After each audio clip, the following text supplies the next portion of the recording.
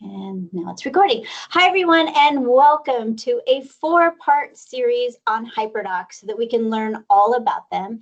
Each of these sessions is at Thursday at 3 p.m. So every Thursday you can be sure that this is going to happen then. And then the one after, so I'm doing two more sessions on this. One's going to be in the morning so that I can reach our European people who come here to these sessions a lot. So if you want to, and you have time at like 9 a.m. and you want to go to another one, the following sessions, that's when those will be. So we're going to get started. And if you haven't introduced yourself,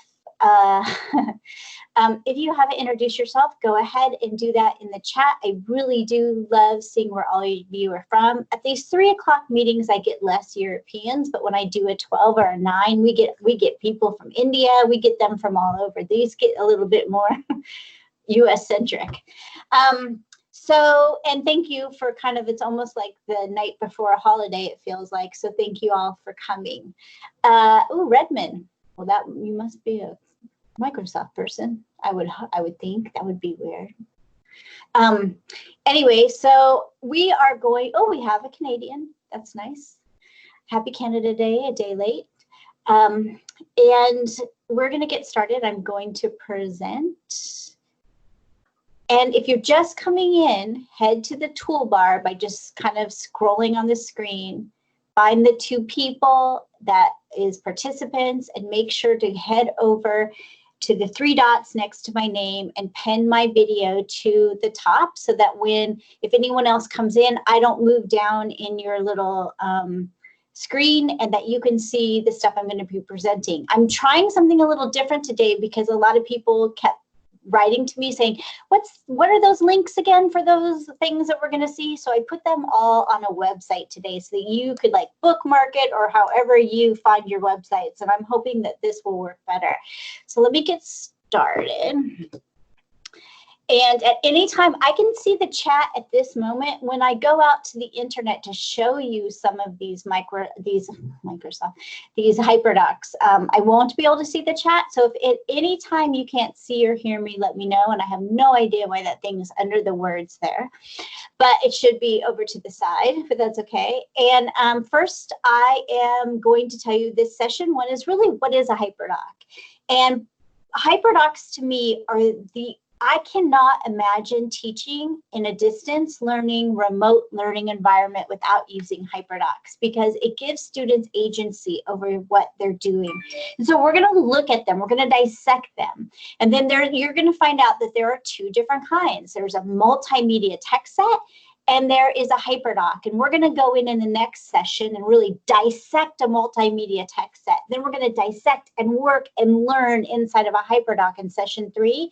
And then in session 4, we're going to just kind of tie up any loose ends, show you how you start to create them, and really talk about how it is you can get started. You'll be able to get started after today, but this will just have almost like a coaching feel to it. In fact, the session is called HyperDoc Coaching. So that's what the 4-part series is about. And I can't wait to get started because these are my absolute, let me turn off my phone. These are my absolute favorite remote learning ways. And they're very much different from a choice board. And I'll talk about that as I go along because there's a lot of talk out there around choice boards. And we have some people from Bellevue and Miami. Isn't that great? It feels like I'm on a trip almost. In San Antonio and then SoCal, so it's not so much of a trip. Okay, so first, I do a lot of work with HyperDocs in schools. And so if you want to, you may have already seen this little slide, but if you want to get, it's not bi-weekly tips, it's weekly because I'm not sending out 2 emails a week, but they're tips like when these are coming, they're reminders. There'll be a reminder when the Chromebook Confused Classroom comes out for those of you who are Google schools, because a lot of people have been waiting for that book. And when I travel or get to travel again to schools, all the stuff I do with students, I take video, I show you what's happening, I dissect it. And so I put those inside of those emails. So if you want to be a part of that, you can do that. But today, this is how we're going to do the resources. And this is my first time trying this. So I want your feedback on this. But people were losing this slide deck. They couldn't find it again because they're Google people and it was Microsoft and yada, yada. So I made this. If you go to infuse.link/HyperDocs, it's going to take you to my website. But this particular blog post is password protected because I didn't want people just to go and think they know HyperDocs because they came to this blog post. So once you get there, it's password protected, put in the word HyperDocs. And then I would have that open in the side, but don't be a 7th grader and go through all the resources while I'm talking. Let me help you unpack this in a way that will be, help you think about it in terms of the way we need to structure it. So resist that temptation. I'm a little worried about that, but we do it in class all the time. So, and I'm going to put this right here inside of the chat for the people who come in late. And if I'm out and I'm at a HyperDoc and I can't get to it and someone asks for this, you can just, maybe someone can come up and go get this and put it in the chat if someone needs it. So the password is going to just be HyperDocs. I'm sure people who go to it will probably figure that out. Anyway, so does everyone, can you guys find and get that page? I just want to check anyone can answer before I move on. Actually, I'll move on and just I spy whether or not you got there. I was able to get to it. Perfect, thank you. Okay, so we're going to talk about what is a HyperDoc. This particular HyperDoc that you see right here called proportional reasoning, we're actually going to go in and unpack that in a second, but I just want you to see what one looks like. And this is a doc that, it could be Microsoft Word, it can be Apple, I forget what they have. What is it called? I forget now. Pages. Yeah. Or it can be Google Docs. It doesn't matter the tool. What the point is that kids are progressing through a lesson at their pace. We're trying to inspire curiosity. So you'll notice it starts with wonder. And we'll talk more about this in a second. And we're going to, and this says it's a link to this. I don't know if it's still, like, it doesn't have the links of the things inside, but and this is all the information, like if you want to be in the Facebook group where we answer questions or anything, you can link on those things there and they'll get you to those places. Let's get started though with HyperDocs. So what is a HyperDoc? Some of you might know because you're here, but I want to step back for a second and say this. I visit a lot of schools. So one of the things I didn't just explain a second ago is that I'm Holly Clark, and I do a lot of coaching at districts now. That's kind of my role. And when I go into the districts, and often I'm there, I go like a couple days a month, and then I go to another district a couple days a month, and I team teach with teachers. Before that, I was a 20-year middle school educator. And I'll go to these schools and I'll say, gosh, you got to try HyperDocs. This would really be amazing. And I always get this from teachers. Oh, yeah, I know HyperDocs. And I'm like, oh, my God, that's great. And I go in and I'm like, can I see one? Oh, I'm so excited. I'm so happy right now. And I get there and what they have is a doc with links. And it's not a HyperDoc at all. So I want to explain how a HyperDoc differs from a doc with links, although the Multimedia Text Set I'll show you later is just a doc with links. And that's great too. But technically, a HyperDoc is a doc with links, right? But it's the way in which we design it. So think of it like this. A HyperDoc is an interactive Google Doc or Microsoft Word. Oh, it looks like the doc should have been after Google. I have some changes to make after this session that changes the worksheet lecture, which is what we have to change in remote learning, method of delivering instruction.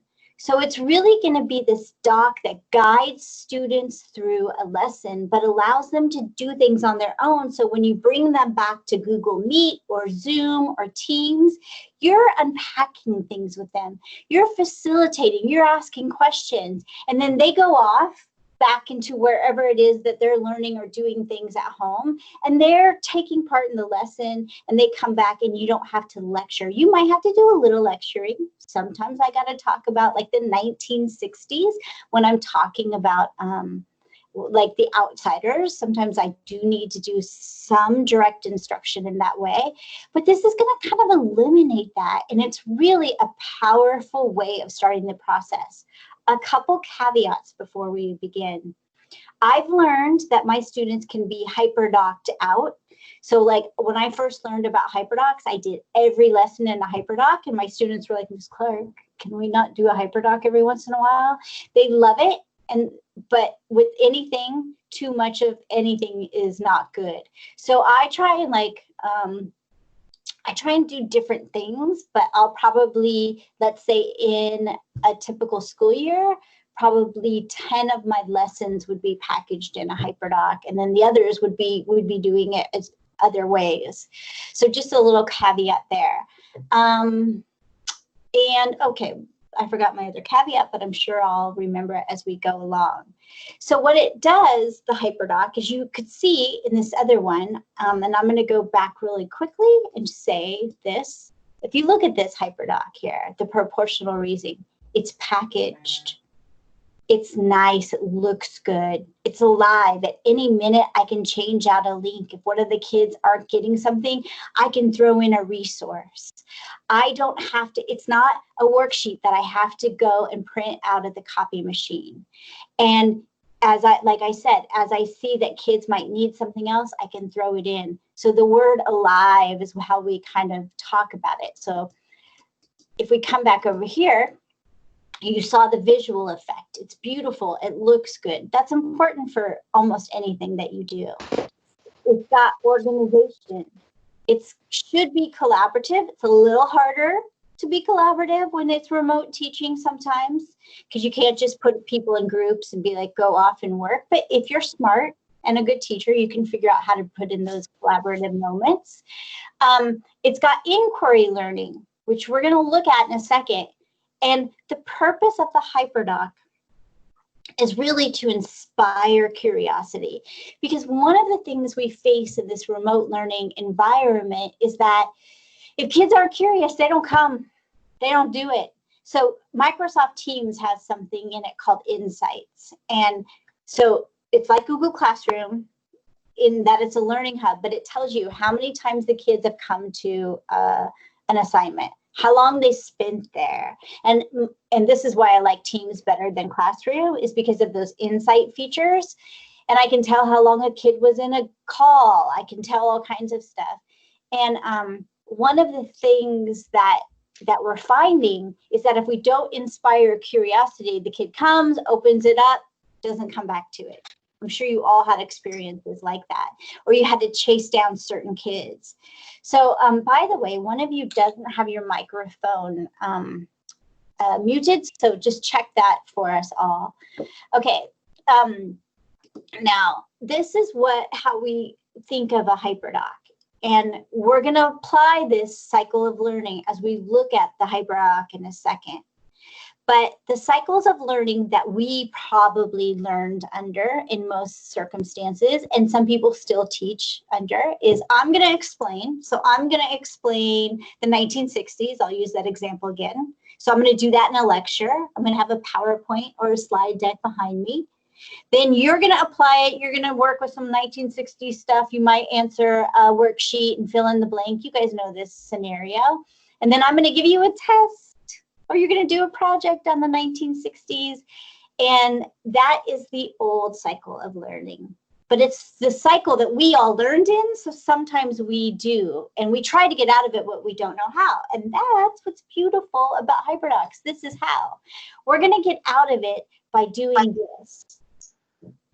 And we're going to get out of it by changing the cycle of learning to explore.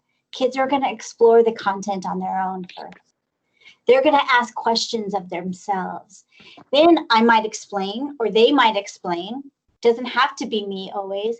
And then we're going to apply this new knowledge that we're gaining along the way and apply it in a demonstration of learning.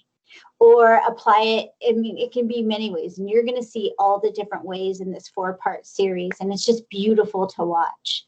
So that's the cycle of learning we're shifting. So as we go to this next HyperDoc, which is going to come up next slide, sorry. I want you to think of it like this. I don't know if you guys have which wherever you are, but this is a sandwich shop that we have here in Southern California. I'm quite sure they're everywhere else. I don't know though. Haven't eaten them other places. But when you go up, you fill out like, I'm going to have a little bit, I want some mayonnaise. I'm going to have it on this kind of bread. And that's sort of what a HyperDoc is. You're designing, I'm going to take a little bit of this and we're going to add in some of this. Like, I really like this part on commas. I'm going to bring that in. I'm going to bring in a little of this. So think of yourself as a chef, as a teacher chef, and you're bringing in some ingredients that will make this learning meal, masterpiece, I like to say. I also like to use the scenario of you're an artist and you're painting, and you're getting a little red, and now you're getting a little blue, and you're creating and you're crafting an experience. And HyperDocs are truly an experience for kids. So here's that digital proportional reasoning. Go ahead if you would like. And as I explain this, you can go over to the website. And for any of you who just joined the meeting, I'm going to put this in here again. You can go to infuse.link/HyperDocs01. That's going to take you to my blog. And I'm sorry, a thing will come up to subscribe. I'm sorry, you can just like X out of it if you need to. And then you're going to put in the password, just HyperDocs, all lowercase.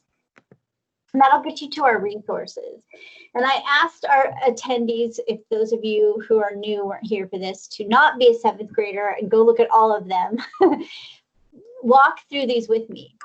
So on this first one, and someone has their thing unmuted, no biggie, just mute it. So if you look at wonder, when we start with this one, we're looking at a chef who's making cakes who needs to understand the math of proportional reasoning. This particular HyperDoc, I believe, comes from a 4th grade classroom. This one we used that you will see if you go poke around with teachers, but it was made for, I believe, a 4th grade classroom. So what do you wonder about this after watching this? So we're activating curiosity. We're not just saying today we're going to learn about proportional reasoning and you're going to like it. It's good stuff because I teach math and I like math, and so you are going to like math too. Instead, we're activating their curiosity. Then we say, okay, why don't you go play after watching that? Go play with the idea of proportional reasoning. This takes you to a game. And now you're going to watch this video to review three possible ways that you could solve a proportional reasoning math problem. So this kids are doing on their own. I don't need to be there. I'm not standing up with my overhead projector and my expo pen that's getting on my hand, as you guys probably all have experienced, depending on how old you are. And instead, that portion of it is happening with students doing it on their own. Now, they may come to you, and this is where this changes. They may come to you when you're in your Zoom meeting or whatever, and they might have questions about it. I didn't get that. I'm not sure about whatever. But there are 3 ways, and the kid is looking for those connections. They are making patterns, looking at patterns during this. And if any of you are Joe Buller fans, the way I am, I think she's like a guru. Joe Buller says we need to look at math in this way. It's called multi-dimensional learning, where we look at connections and patterns, and we look at the different ways you can do stuff. And then we say, well, why or do all 3 of these work? Now, you'll notice in the practice section, the kid has 4 choices. So we're not saying you have to do this word problem. Even the fact that they have a choice here, and in a class, they'd be working in a small group of 3, not as easy to do in the remote, but they could get on a call together if that was something that you allowed. And then below, they are going to apply. So we have the explore, the explain what you've kind of learned by doing this practice problem, and now we're going to apply. So that's what that is: explore, explain, apply. Now in the apply section, in this particular one, I don't know if the links work and go to the Flipgrid, but when Kelly Hilton, who made this, was doing this with some teachers, They went in and they went to Flipgrid, and Flipgrid, if you're familiar with it, has a whiteboard, and you could explain how you do proportional reasoning. And so they did theirs and they put it up on Flipgrid, and then they had to watch 2 others. And they went and watched and they saw they did theirs wrong. So they asked if they could re-record because they had gotten theirs, they had done it wrong. And so there was kids learning from other kids that they had done something wrong instead of the red pen effect. So I'm sure you guys are amazing teachers. Anyone who comes here on July 2nd, right before a US holiday, and is willing to learn, you obviously are amazing teachers. And so I'm sure you can see the power of this rather than the old stand in front of a projector. Let me tell you how to do it. You go home and practice it. And, you know, we've all sat through that kind of math. And in my keynotes, and I have a different keynote now, but in my old keynote, I used to talk about the quadratic formula. I loved the quadratic formula. As a kid, I could solve that thing. I would, like, when it came around again, I was like, woohoo, quadratic formula time, or equation, whatever. And I got them right. I got every single one right. But here's a fact. I don't know what it solves. I have no idea. And people are like, it's parabolas and it's whatever and it's whatever. And okay, that's great. But as a kid who was really, really, really good at math, like I took calculus in 11th grade, I was so good at math. I have no idea what it solves. And that's sad, right? So anyway, so you guys are having some conversations over there about breakout rooms. How great is that going to be? So that's how we can do the collaboration, right? It's going to happen in Google Meet. It's going to happen in Teams. It's going to happen, already happens in Zoom. So you're getting it. This is why I love you guys. Anyway, so this is proportional reasoning. Now, if we break this down, and you guys have this on the site, if you're there, it's called the explanation. So you can see we watched this video together to build vocabulary. And then in the play, allow for exploration before you explain. So can you guys, I'm going to ask you to respond in the chat, or you can even use the microphone if you want. What do you think of this? What does this seem like something as a kid you would enjoy doing?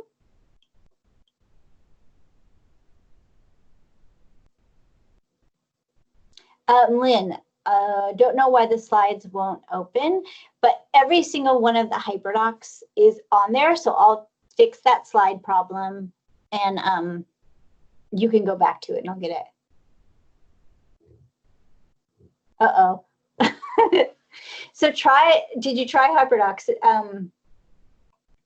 I'm sorry about that. And what I would do is refresh the page or click out of the tab and come back into infuse.link/HyperDocs01 and try it that way. And if it's a problem, we won't do it that way anymore. I was trying something new and it might be weird, but I would try that. Let me know if getting out of the tab and coming back makes that work. Oh no. So are some of you in and some of you aren't, eh? No password box. Okay, let me take the password off. Let's do that real quick. And then I'll worry about it in a minute. So will you hold on for a second so I can take that off? Hope I can do it quickly.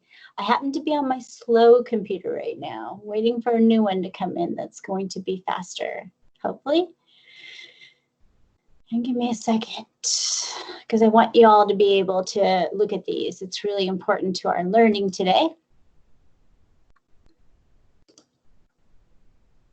And it's loading, loading, loading, password protected. Let me edit. I've never unpassword protected one, so hopefully that's not a hard process. Oh, there we go. Okay. I just updated it to public. If you refresh, we should be good. And what I'll do, I'll just hide it. So keep that link handy, and then I'll just hide it from people's view. So let me know, did that work for you all if you refresh?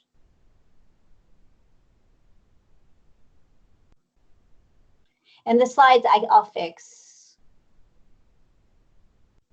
as soon as I can. And thanks, Lynn, for saying that. So anyone who was having problems with the site, refresh, let me know if it worked so that we're,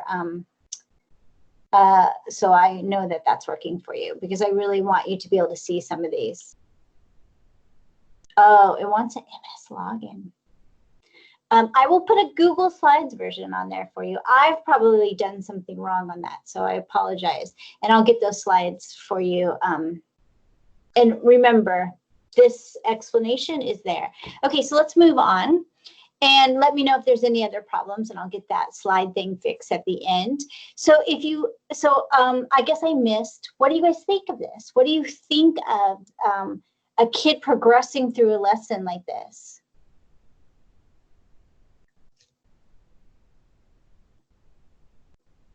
It's interesting.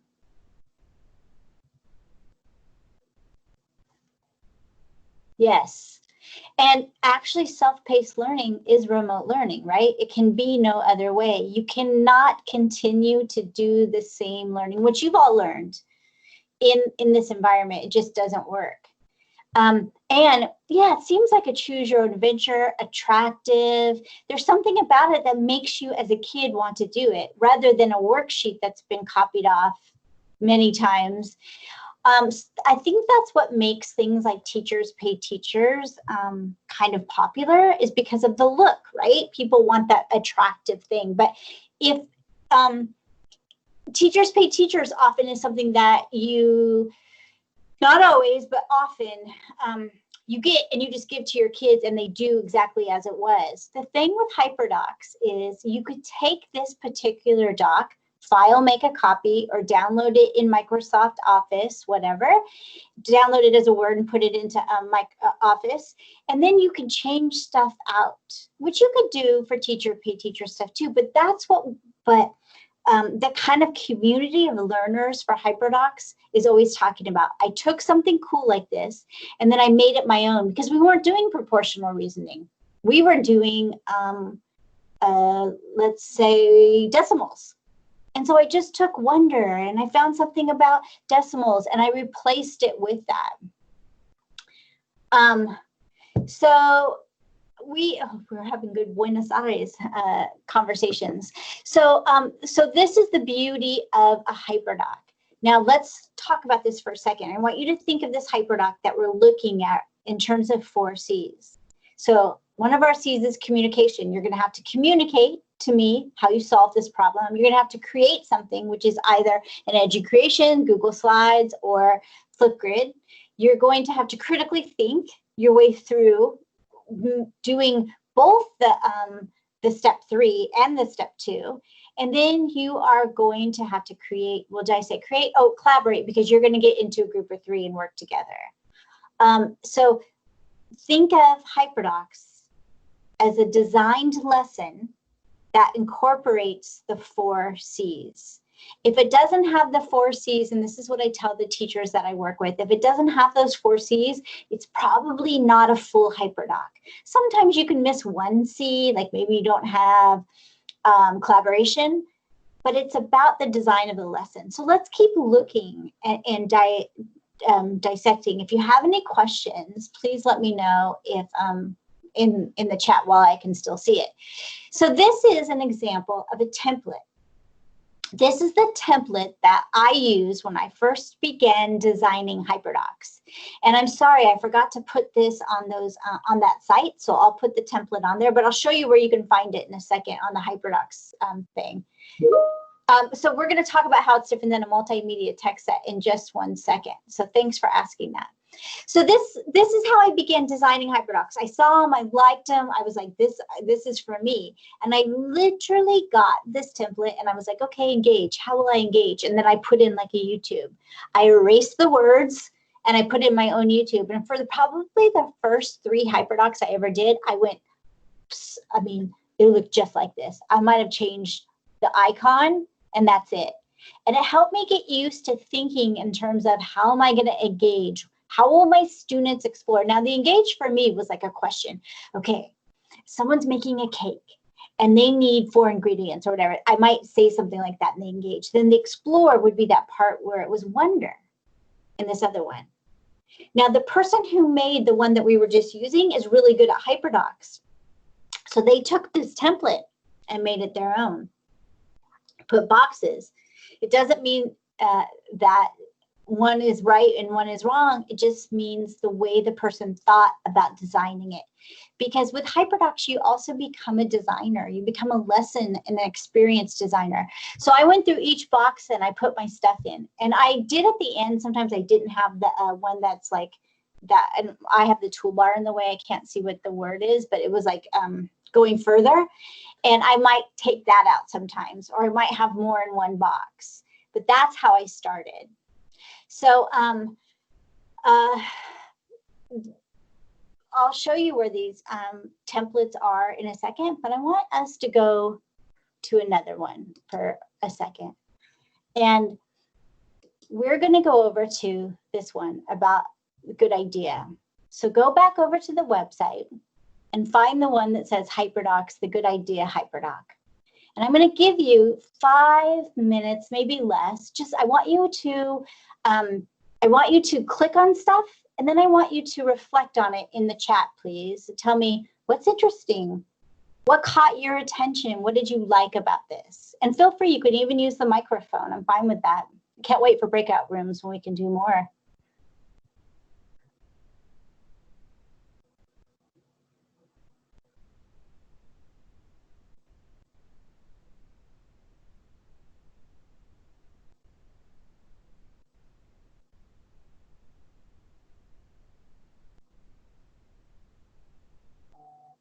I'm going to talk over you for a second because Christina asked, where's the work turned in? On the one we were just looking at, that was turned in on Flipgrid, and the kids could see each other's responses on that grid or topic.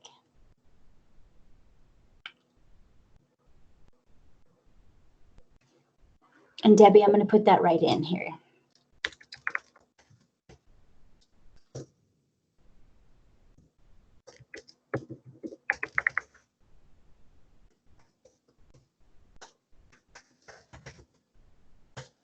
That's going to take you to my website where all of these resources are, and we're at Good Idea HyperDoc. So for those of you who are doing this, tell me, what do you notice?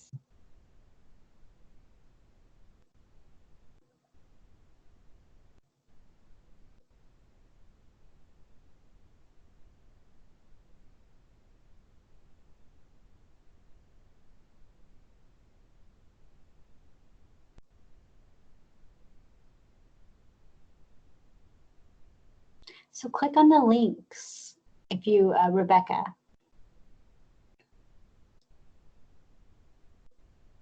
Yes, the view pure is important. My kids don't get lost in the other videos, which we know happens. Kids centered is a nice response.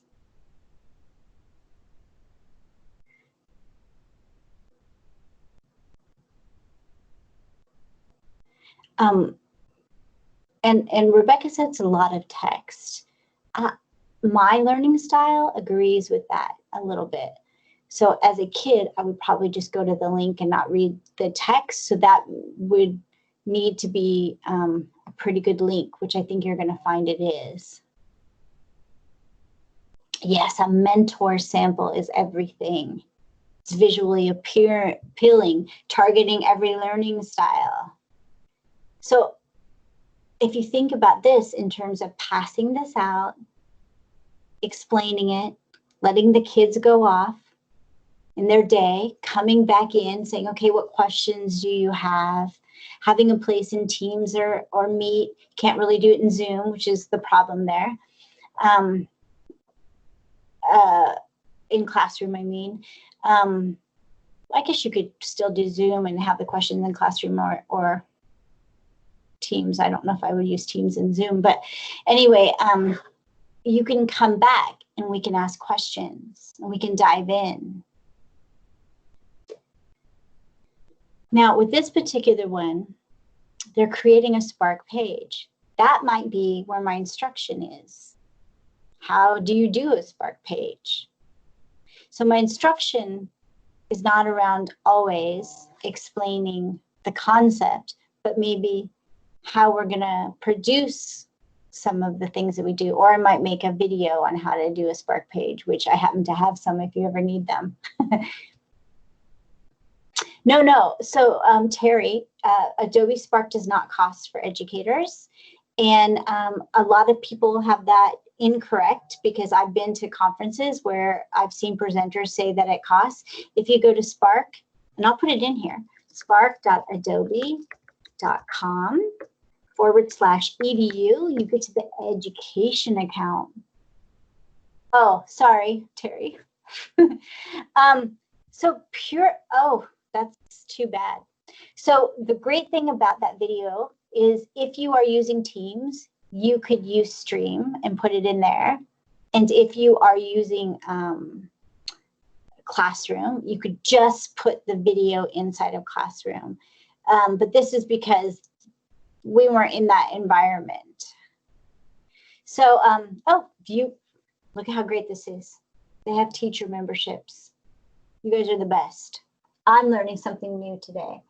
So, so you can see that this particular HyperDoc is taking us through the lesson of you're going to learn about a good idea. You and your group are going to come up with a good idea, and you're going to explain that, and you're going to apply that into something that's a final product. Then you're going to turn it in, and we're going to see each other's.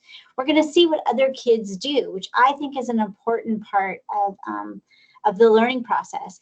When I always say this, when I was a kid, I turned in stuff to my teacher. She turned it back to me, and it was only me and her that knew what I said. And people sometimes think that that's more safe, but actually we're missing a learning opportunity in that kids can't see each other's examples.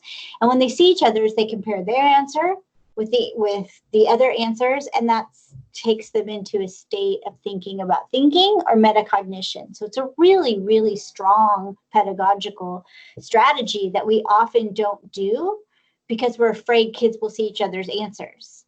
And in 2020, they're going to see almost everything about each other. So seeing a few answers is not a bad thing. You can, of course, limit that and do however you want. So let's, as we're getting only 20 minutes from the end, what happened there? Oh, people are already emailing. Love it. So let's look at this one. What do you notice is different about spoken word poetry jams from what we were just on? It's hyper slides. Yes.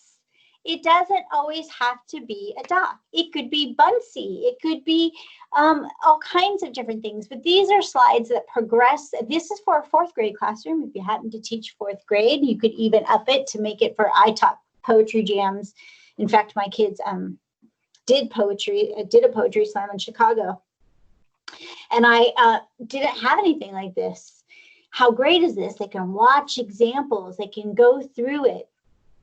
So what's really good about this is if you happen to have younger students, slides make it better. So if you teach 1st grade or kindergarten, when the slide, when they go on, let's say, an iPad or something that's a touch device like a Surface tablet, it's easier to tap and get to the link for those little guys. So whenever I'm working with teachers in K through 3, I always say we should probably do it on slides.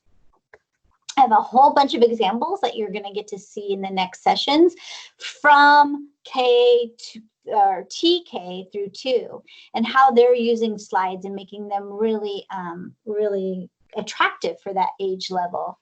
So take a second to look through and click through some of those. Yes. Teachers give teachers, and that's kind of the mindset of the HyperDocs community.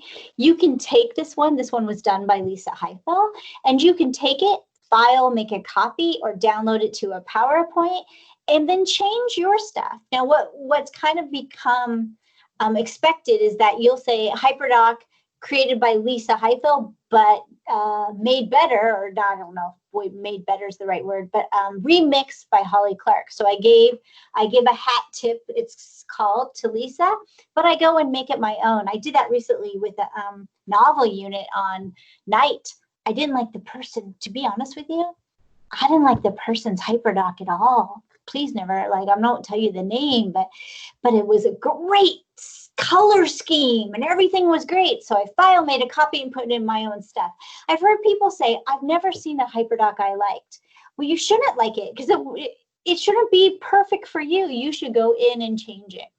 So we're going to look at another example of a hyper kind of doc. This is in ThingLink, and this is for kindergarten. And if I go here, I don't really actually want to go there, but and my screen's not shared for it to do that. But if I go here, it's going to take me to information about US symbols and what flags mean. And then over here, there's a little presentation on flags. And then finally, the kids can come over to this paint program and create their own symbol for the US, and then explain why they did that. So this doesn't always have to be inside of a doc or slides. We can use any program. The part is what the point is the lesson experience you're trying to do. Now that was easy. It was US symbols. All, I think, first grade teachers and second grade teachers, I think it's second grade. Well, that was kindergarten, so maybe it's kindergarten, do that. But think how much more inviting it is to see a flag and then go in from that way instead of here is a worksheet that we have on flags and US symbols. And we might read a book, which reading a book's really cool. You should do that too. So, okay, we've been looking at HyperDocs, which have the full lesson design. We're going to talk about multimedia text sets now, and we had a really good question about the difference because of the Explorer, and I hope I answer it. And if I don't, go ahead and ask some more questions. Ginolee is another great alternative. Yes, yes, yes, love it. Ginolee has some free options for teachers, and then you have to pay, but I love Ginolee. They do infographics, so if you haven't looked at that, it's Ginolee and then .ly, Ginolee.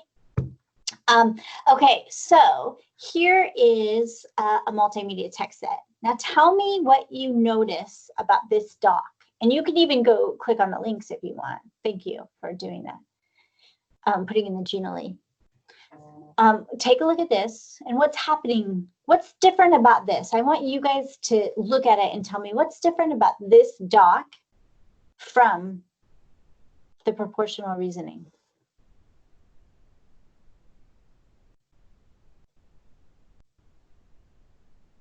So much harder to do this when you can't see people's faces.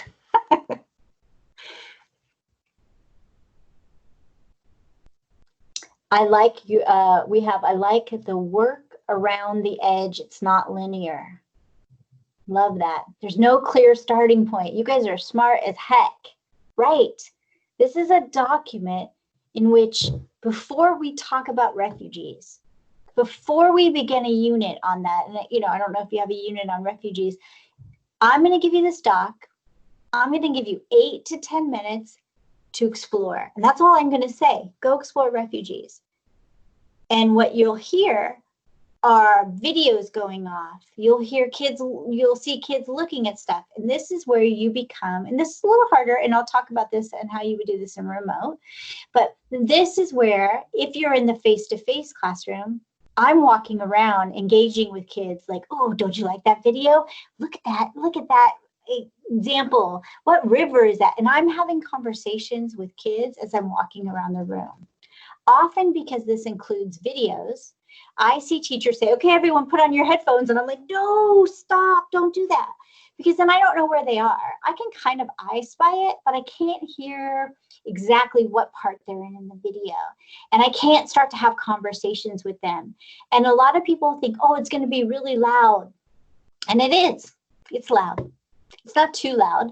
And the people who are the most uncomfortable with it are adults. The kids adjust within 2 minutes. And there might be one kid who might have some sort of learning disability that needs it quiet. And I will often have that kid, if I have that, then maybe I do use headphones, or I let that can work in the corner if they would like. I don't want to call them out, so I do good teaching around whether or not to do that. But this is a time for kids just to explore this. And you'll notice it doesn't have them applying any knowledge. It has them in the middle box. Post some questions. What are your thoughts here? I'm not testing you on the information. I'm not saying do the word problem. I'm saying, what do you think? Based on watching this about refugees, what questions do you have? And it's visual, it's appealing, but the best part is that it's activating curiosity before we begin. So as a middle school teacher, I used to have to teach about castles, right? And it was part of my middle ages unit. And I would just be walk in back when I wasn't as good as I am now. And I would be like, okay, we're going to learn about castles today. You're going to like it. And I might do something kind of inventive, like I might dress that day in the costume of people in castles and think that was activating curiosity, which we may have a little bit. But this is actually having kids have agency over where they go first. Did you go to watch first? Or did you go to wonder first? Where did you go first? Who can tell me of you guys, where did you go first? Which one did you want to go to or click on first? Most people, most people don't go to the read first. Some do though. Someone went to the Twitter feed. That's awesome. Is there a Twitter feed in this? I can't see. Oh yeah, the Twitter feed. Yeah. How cool. So this is a way, and like when I come to a school and I do PD, the first thing I do is have the teachers work inside of this before I begin speaking. And it's about, and you're going to see it next week, about Generation Z, because those are our students and we need to know about them. But if I come up and stand and go, we're going to learn about Gen Z today, your kids and everyone's going to be like, I know. Instead, I take them through these funny videos about Gen Z and stuff that's going to happen in the future of their work. And what happens is when I leave that school that night, I get notifications all night that people are going back to the doc and rewatching or showing their husband or showing their kids. And that's learning. When it stays with you, it's like a taste that you want more of. And so now we can create these kind of environments for kids using a multimedia text set. And why is it a multimedia text set and not a HyperDoc? Let me see. Can you guys tell me why first? And then I'll tell you. I think some of you might already know, but take a guess.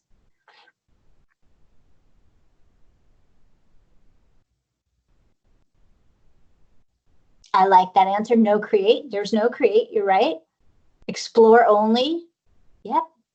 It's links to consume information, right? And that is generally what people do when they're doing a HyperDoc, links to consume information. And I'm sorry, I'm looking down here because I'm watching what you guys are doing instead of looking at the camera. But and I don't even know if you can see my video, but that's the difference. In the HyperDoc, we're going through a full lesson. We're learning, we're exploring, we're going to apply. We're going to show you what we know. Here, we're just exploring. We're starting that process of multidimensional learning where we're going to make patterns and connections and start to think. And you're going to hear this if you use, and I tend to use these all the time. I probably have a problem. I love multimedia text sets. And I take ones like this and I just make them my own. My Gen Z one that you're going to see next time looks exactly, I took this and I made it Gen Z. And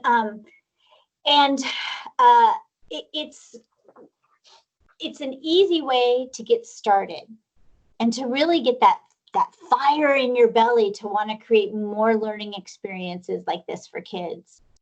And you know who I heard the most from with these in the remote learning? Parents. They loved them. They knew what to do. They knew how to help. They knew what was expected of their child without me having to send a PowerPoint of what to expect. So, no, so I'm going to explain that in one of these sessions, but the background is done by going in Google Docs to, going to File, and at the bottom, Page Setup, I think it is.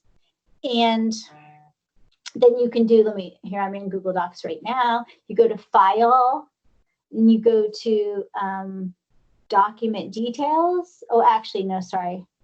I need to go down farther. My thing is all big. Give me a second. You go to File, Page. Oh, wait, they changed it, or it's not in this one. Sorry. That's why. But you go to like Page Setup, and then there's a place to put. I have a blog post on it, how to change the background in Google Docs. You can just look that up. It's really easy. Anyway, but the watermark part might be for Word. Well, Word's easy to do this in. Word's got all the bells and whistles. Okay, so anyway, so this is a multimedia text set. I want to show you a different one. So this is also a multimedia text set, A Long Walk to Water. You can go click around in that if you want, but what I want you to see is right here on the screen. It looks different, but it's still a multimedia text set because it says, read this, then look at this book trailer. We're doing consumption. Each step along the way is consumption, but it looks different. And next session, you're going to see 7 different versions of multimedia text sets. And let me tell you, nothing's wrong with a doc with links if they look like this and they get you into the book. Now that we're in the book, we're probably going to do a window, mirror, door kind of situation with looking at what a HyperDoc can look like.